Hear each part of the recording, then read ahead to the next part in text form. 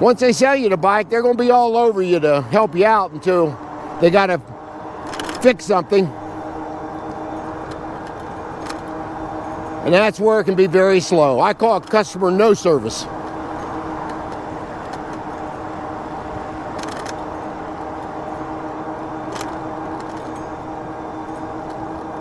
On your left.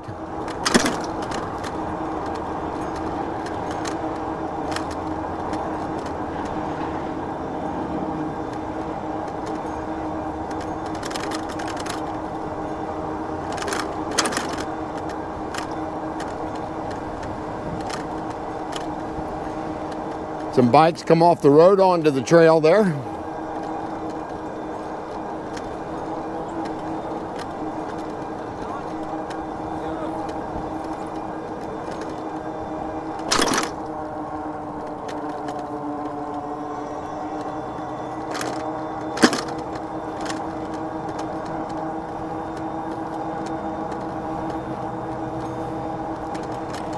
Well, we're moving towards springtime now. It's today's February 3rd, so I can't remember if the groundhog seen a shadow or not yesterday. I never really paid attention this year. I'm not sure how much any of that means, but Puxatawny Phil has got it figured out.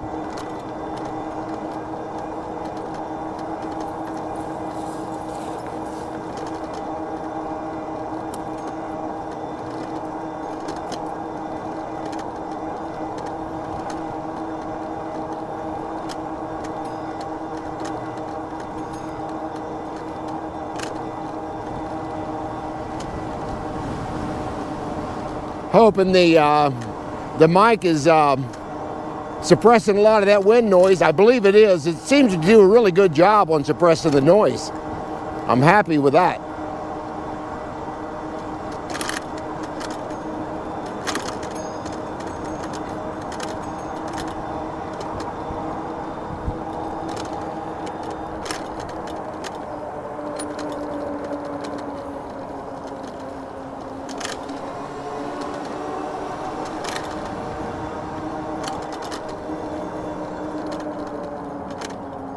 But at least the sun's out today anyway.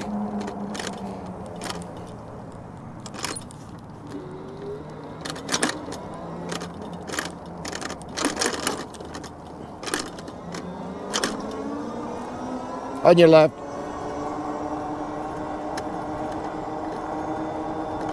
On your left.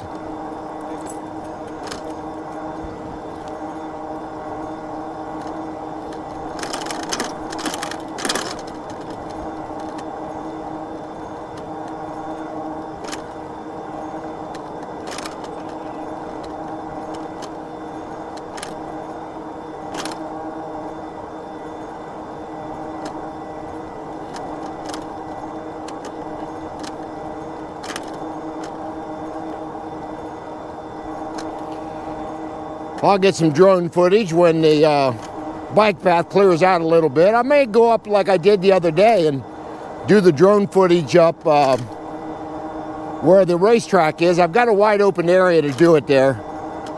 And I don't have to worry about bikes and people and stuff like that. So I'll probably wait till I get up there to do it.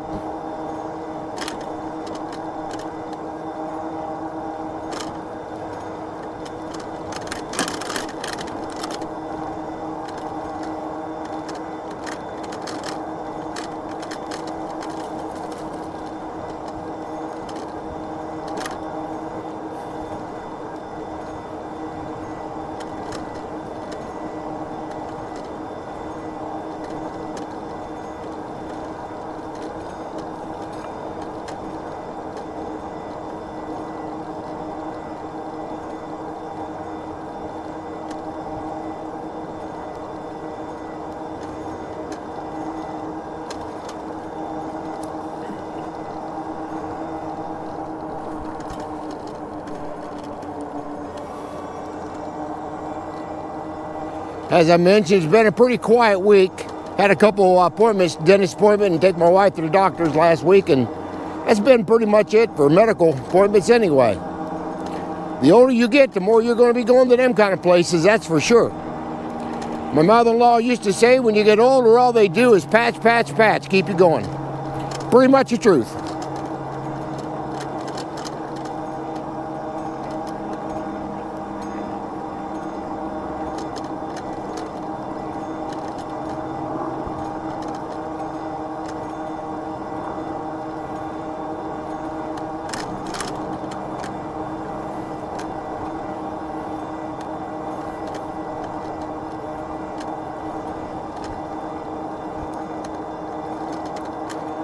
I might grab a bite to eat up McDonald's when I get up to the halfway point.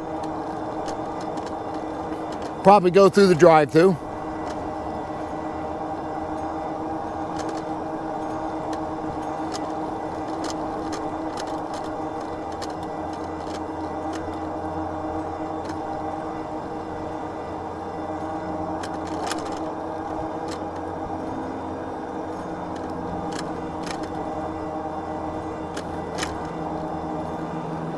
I rode up here yesterday. I was riding my Magnum Metro X yesterday, and the day before I rode the juiced Rip Current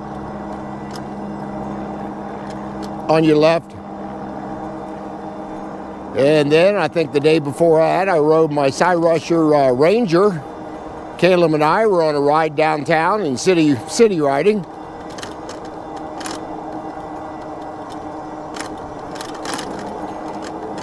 I've had my Ingwe Engine Pro out in the last couple weeks.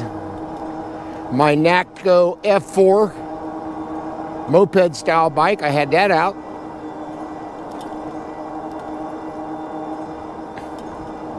On your left.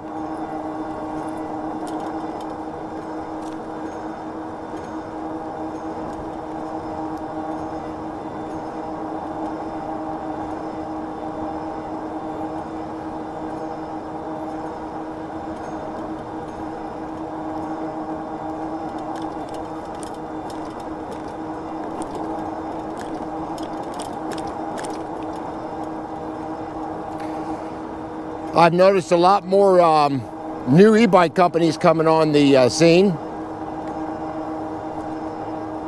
We used to only have about 100 of them, and now I think there's probably 200 to 300 of them out there now. So the opportunity to ride more bikes should increase this summer for sure. I think I received 12 new bikes last year, something like that. Throughout the year. So I rode a lot of those.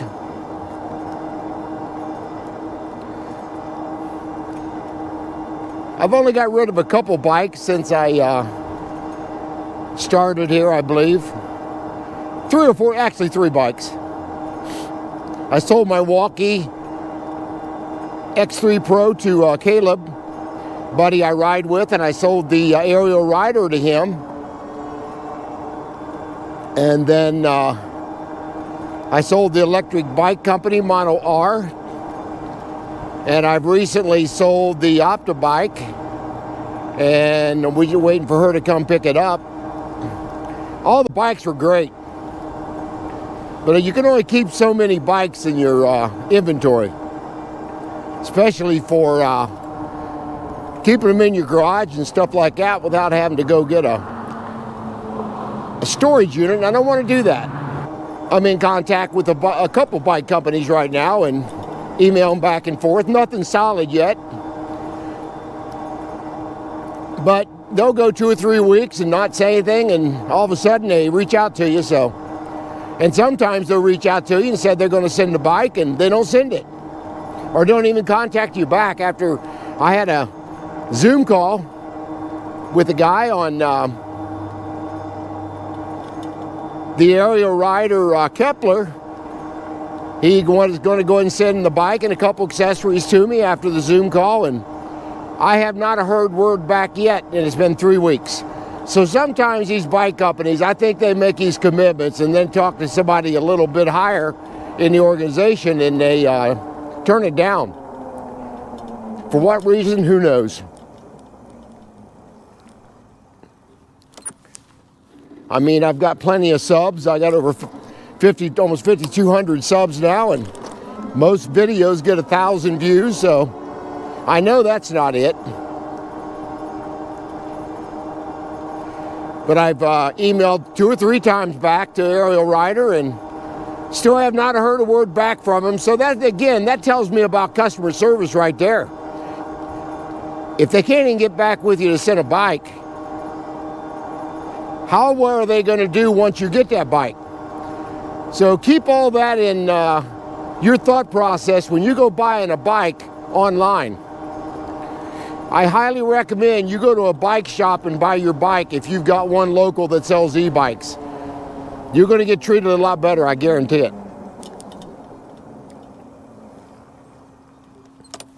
Now, I've only had a couple issues with a couple bikes since I've got them, and they've been resolved. The company's reached back with me.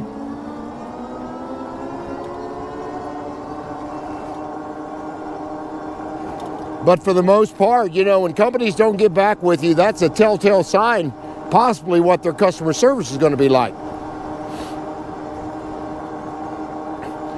We're going to go ahead and stop the video once we get up to the bridge up here, and then start another one up. And we won't be going too far to the next place where I'll be doing some drone footage. So you guys will see some drone coverage on this video as well. Not usually a whole lot of people on this part of the trail. It's pretty good distance back to a parking lot from up here.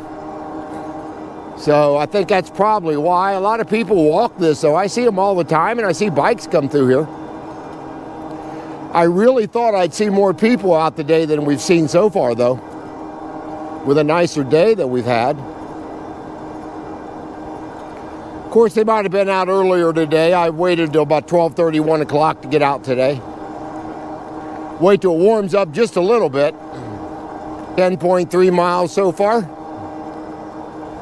Since I'm able to use the whole trail today, I'm getting more mileage out. I may do the full 30 miles today. I may go another 5 miles from here and going up into Xenia to the halfway point like I always do. I haven't done it much this winter because of the colder weather, but today I may do that.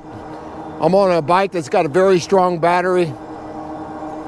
30 miles on this battery is nothing. You're probably going to use about 20% of the battery, and maybe 25.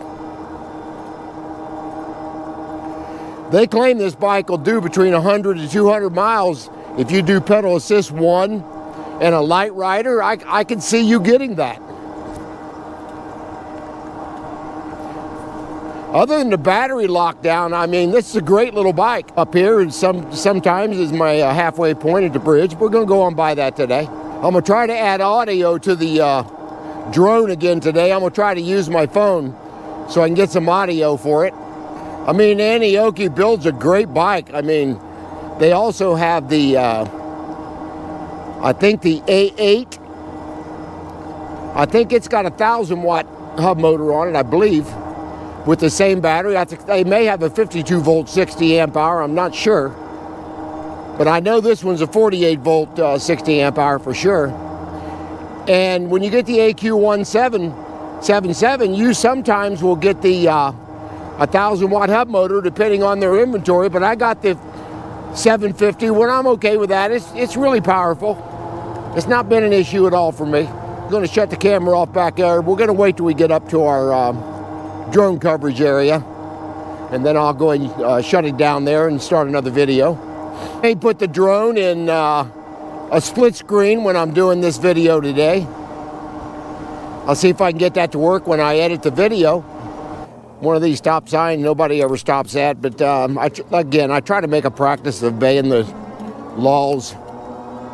If I'm going to preach safety on these bikes, I need to follow what I say I'm going to do. But the most times they just go through these stop signs.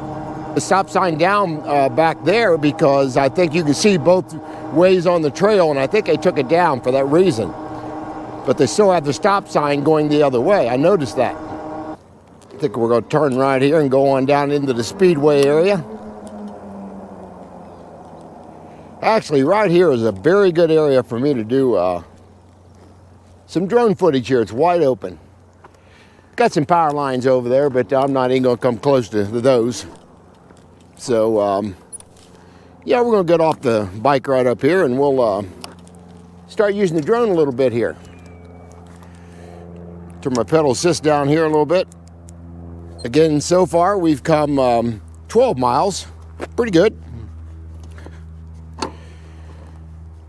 So anyway, I'm gonna shut the video off right here and we'll start a new one. So share and like and subscribe and hit that bell notification, and I will see you guys on the next video.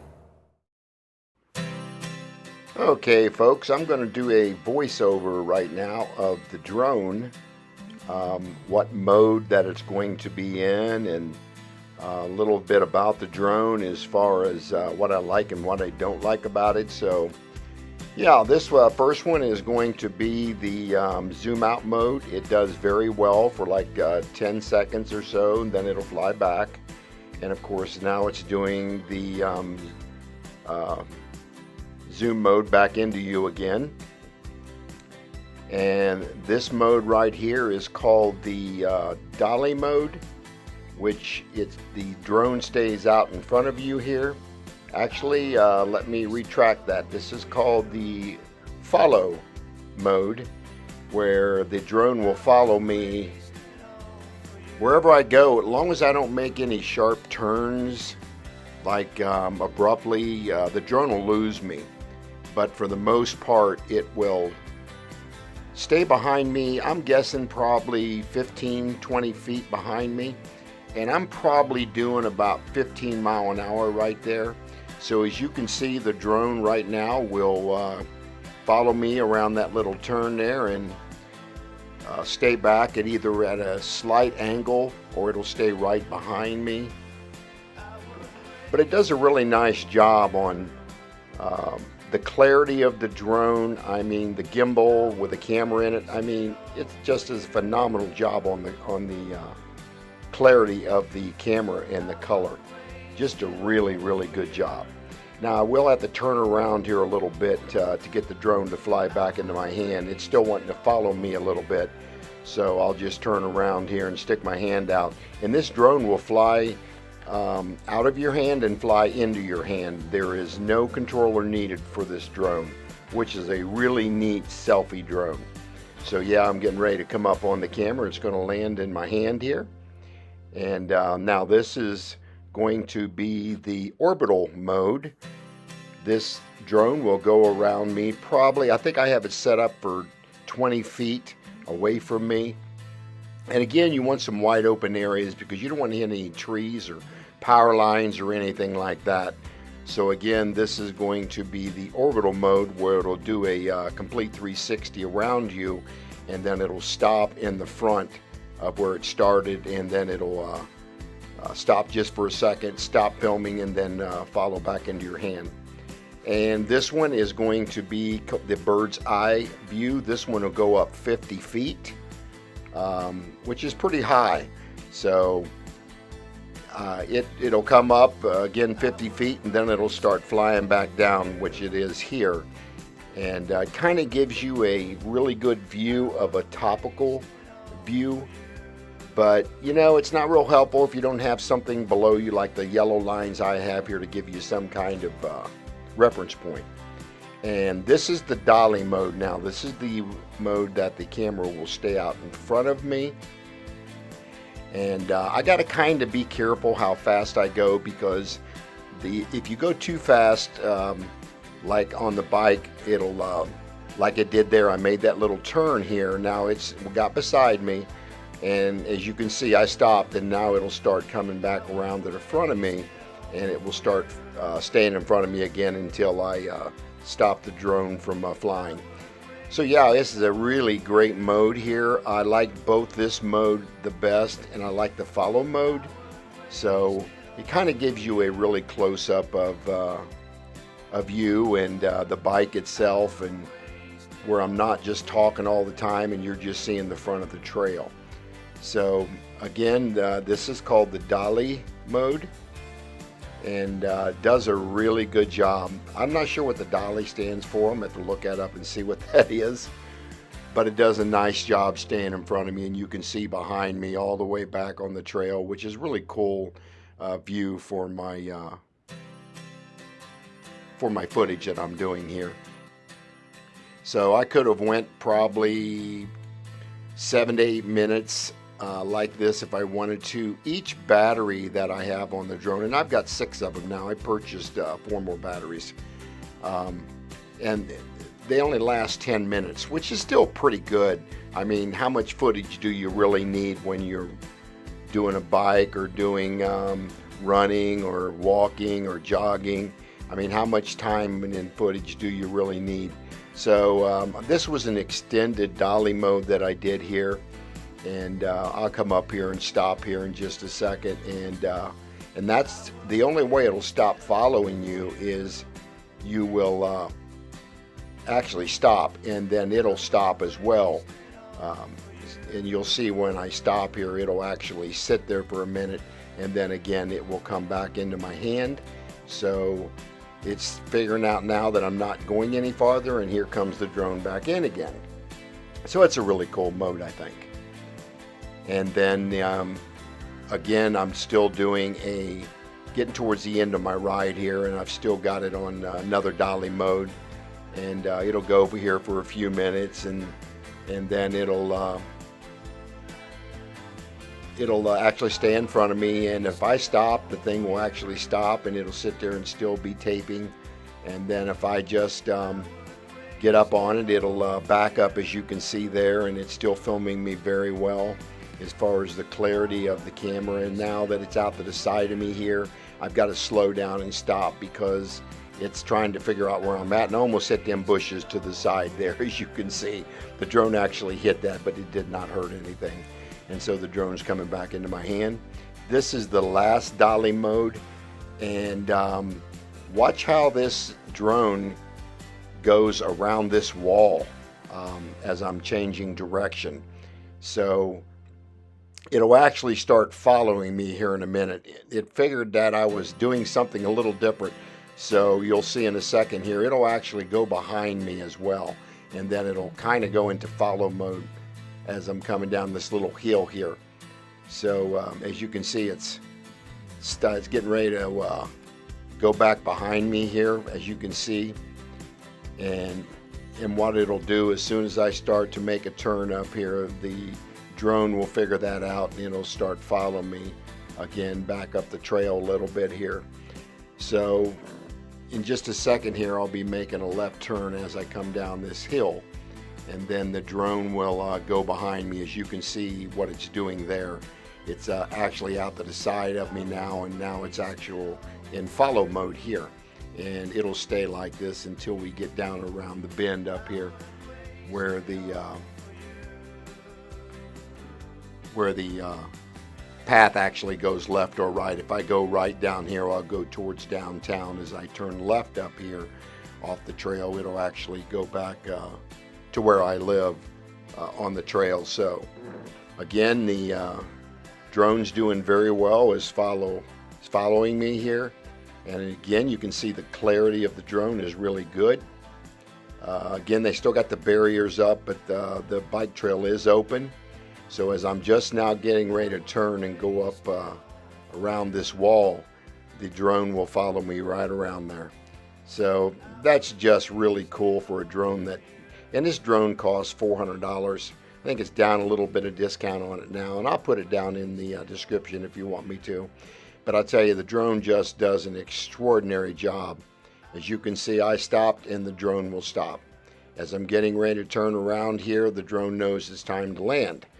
So that's just some really cool features about this. Again, it's called the Hover Air X1 drone, and as you can see, it does a really nice job as far as my footage.